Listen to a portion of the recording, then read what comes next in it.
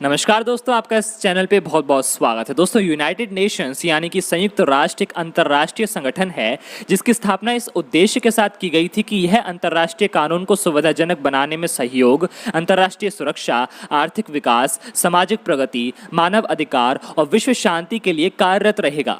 संयुक्त राष्ट्र की स्थापना 24 अक्टूबर 1945 को संयुक्त राष्ट्र अधिकार पत्र पर 50 देशों के हस्ताक्षर होने के साथ हुई थी। दोस्तों, आइए सबसे पहले यह जानते हैं कि यूएनएससी यानी कि संयुक्त राष्ट्र सुरक्षा परिषद क्या है। दोस्तों, सुरक्षा परिषद संयुक्त राष्ट्र की सबसे महत्वपूर्ण इकाई है जिसका गठन द्वितीय विश्व युद्ध के बाद 1945 में हुआ था। दोस्तों, सुरक्षा परिषद के 5 स्थायी सदस्य हैं: अमेरिका, ब्रिटेन, फ्रांस, रूस और चीन। दोस्तों, सुरक्षा परिषद के स्थायी सदस्यों के पास वीटो का अधिकार है। इन देशों की सदस्यता दूसरे विश्व युद्ध के बाद से शक्ति संतुलन को प्रदर्शित करती है। इन स्थायी सदस्य देशों के अलावा 10 अन्य देशों को 2 साल के लिए अस्थायी सदस्य के रूप में सुरक्षा परिषद में शामिल किया जाता है।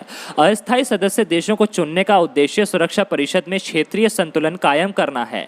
इस अस्थायी सदस्य के लिए सदस्य देशों में चुनाव होता है। इन 10 अस्थायी सदस्यों में से 5 सदस्य एशियाई और अफ्रीकी देशों से, 2 दक्षिण अमेरिकी देशों से, 1 पूर्वी यूरोप से और 2 पश्चिमी यूरोप या अन्य क्षेत्रों से चुने जाते हैं। दोस्तों, अब बात करते हैं सुरक्षा परिषद में सुधार की आवश्यकता के बारे में। संयुक्त राष्ट्र सुरक्षा परिषद वर्तमान समय में भी द्वितीय विश्व युद्ध के समय की भू राजनीतिक संचालन को दर्शाती है। परिषद के 5 स्थायी सदस्य अमेरिका, ब्रिटेन, फ्रांस, रूस और चीन को 7 दशक पहले एक युद्ध जीतने के आधार पर किसी भी परिषद के प्रस्ताव या निर्णय पर वीटो का विशेष अधिकार प्राप्त है। दोस्तों, इस सुरक्षा परिषद में व्यापक विस्तार का अभाव देखा गया है।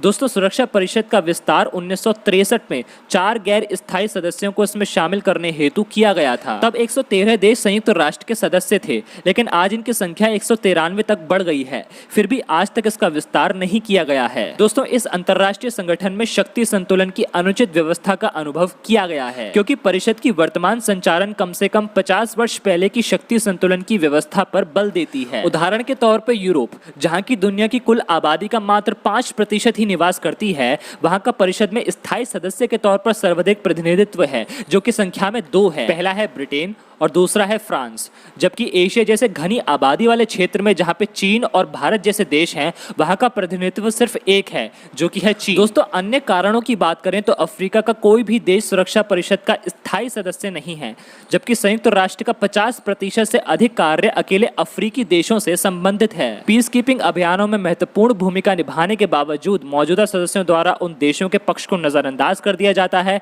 इसका जीता जागता उदाहरण है भारत। वर्तमान के प्रधानमंत्री मोदी ही नहीं, भारत पिछले काफी समय से इसमें स्थायी सदस्यता प्राप्त करने की कोशिश कर रहा है, लेकिन कभी अमेरिका तो कभी चीन भारत की राह में रोड़ा बनता रहा है। दोस्तों, आइए अब हम आपको बताते हैं कि भारत को सुरक्षा परिषद में स्थायी सदस्यता आखिर मिलनी क्यों चाहिए।